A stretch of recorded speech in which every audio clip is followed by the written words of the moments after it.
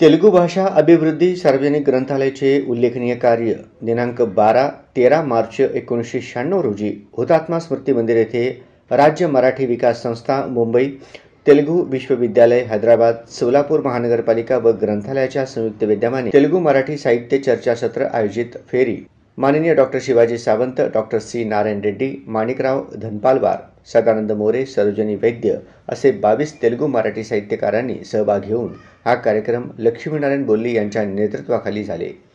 तेलुगू भाषेला अभिजात भाषा दर्जा मिळावे, तेलुगू विद्यापीठाच्या आव्हानानुसार सोलापुरात सन 2005 साली सर्व भाषिक नागरिकांच्या 10,000 सह्यांचे निवेदन तेलुगू युनिव्हर्सिटीला दिले। सन 2008 साली तेलुगू भाषेला अभिजात भाषा दर्जा देण्यात आल्याने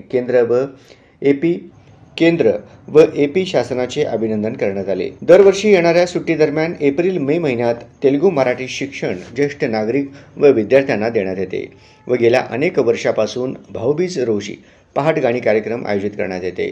तसेच तेलुगू भाषेसह मराठी भाषेचे पण गौरव करण्याचे कार्य करीत आहोत। या कार्याची दखल घेऊन सुरावरम प्रताप रेड्डी तेलुगू विश्वविद्यालय मंडली वेंकट कृष्णाराव यांच्या नावाने उत्कृष्ट ग्रंथालय पुरस्कार 2025 ला मिळाले।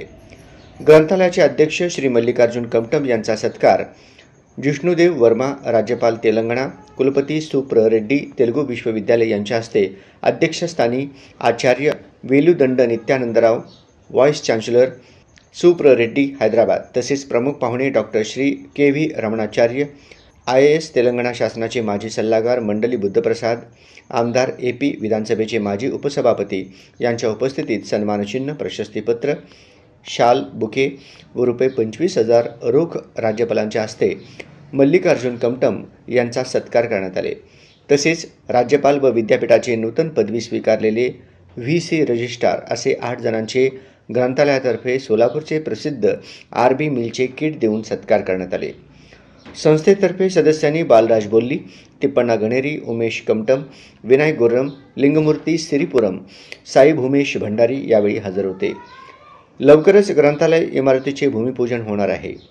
मी VC यांना विद्यापीठाकडून बांधकाम निधी रुपये 1 कोटी देण्याची मागणी केल्याचे सचिव तिप्पण्णा गणेरी यांनी सांगितले।